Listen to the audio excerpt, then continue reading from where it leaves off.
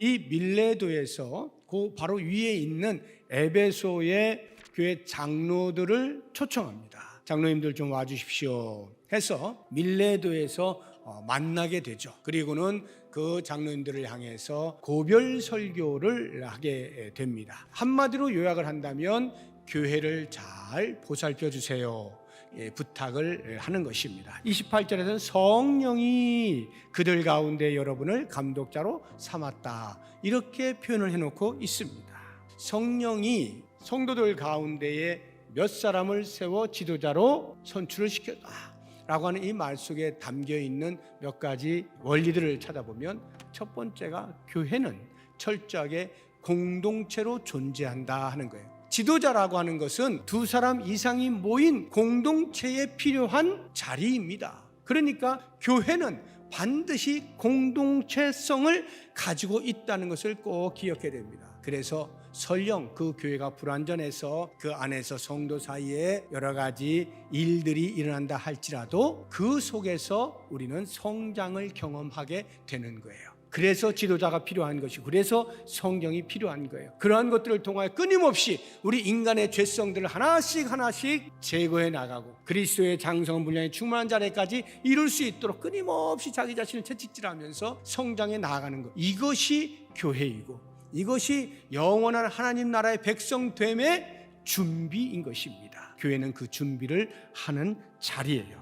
그렇기 때문에 이 공동체성을 가진 교회 안에서 성도 사이에는 반드시 교제가 있어야 돼요. 반드시 교제가 있어야 돼요. 귀찮아, 사람들 만나면 피곤해, 힘들어, 그러니까 나 혼자 조용히 와서 예배 드리고 그냥 돌아갈 거야, 이렇게 하시는 분도 성경이 말하고 있는 교회에 정확한 이해를 하지 못하고 있는 것입니다. 반드시 교제가 있어야 돼요. 성도 간의 교제를 통하여서 나쁜 것들은 제거하고 좋은 것들은 더 발전시켜 가면서 계속 아름다운 교회를 향하여 나아가는 것, 이것이 우리의 모습이어야 한다 하는 것 꼭 기억하시고요. 성령이 그들 가운데 여러분을 감독자로 삼고 라고 하는 이 말씀 속에 또 하나 우리가 생각해야 되는 것은, 공동체인 교회는 반드시 성령께서 지도자를 세우신다 하는 것입니다. 우리가 뽑잖아요. 우리가 선출하죠. 그런데 성령이 세우신다는 것이 무엇을 의미하는 것이냐 알 필요가 있습니다. 이것은요, 직분의 중요성을 이야기하고 있는 거예요. 성령이 세우신다라고 하는 말, 작용하신다 이 말이에요. 그 일에 성령이 작용하셔요. 성령이 작용하시기 때문에 성령에 의해서 선출되어진 그 직분자는 그 직분이 얼마나 중요하다라고 하는 것을 인식해야 됩니다. 그래서 목사를 비롯해서 장로, 시무집사 등은 안수를 주잖아요. 우리 여자들은 안수를 주지 않기 때문에 그렇습니다만, 권사들이 그 안수를 받은 그 직분에 해당되는 분들이죠. 성령으로 인친다는 거예요. 성령이 직분을 주셨다라고 하는 것에 대한 외적인 표현이 안수예요. 그렇기 때문에 그렇게 직분을 받은 사람들은요, 두 가지 조심해야 되는 게 있어요. 하나는 직무를 남용하는 거예요. 성령이 세우셨는데 성령 이외에 마치 내가 잘나서 된 것처럼 자랑을 하거나 어깨를 으쓱거리거나 사람들을 무시하거나 하는 일들이 있다면 그것은 직무를 남용하는 거예요. 성령과는 전혀 관계없는, 이 세상에서나 볼 수 있는 감투와 계급을 인식하고 시행하는 것과 마찬가지예요. 그것은 교회에서는 있을 수가 없습니다. 또 다른 하나 주의해야 되는 것은 직무유기를 하는 거예요. 게으른 겁니다. 나태한 겁니다. 마땅히 그 직분에서 감당해야 될 일들을 하지 않는 거예요. 그것도 역시 성령이 세우신 직분에 맞지 않는 태도인 것입니다. 직무를 남용하거나 직무를 유기하는 것이 아닌 두렵고 떨림으로 성실하게 성령께서 인치심을 통하여서 세움받았다는 사실 앞에 무릎을 꿇고 겸손히 성실히 그 일을 감당할 수 있어야 하는 것입니다. 이렇게 교회가 지도자를 통하여서 돌봄을 받는다라고 할 때, 그러면 과연 지도자들은 어떻게 돌봐야 되느냐 하는 이 부분이 나오게 되는데, 바울의 권면을 보게 되면 다시 28절에 여러분은 자기를 위하여 또는 온 양떼를 위하여 삼가라 합니다.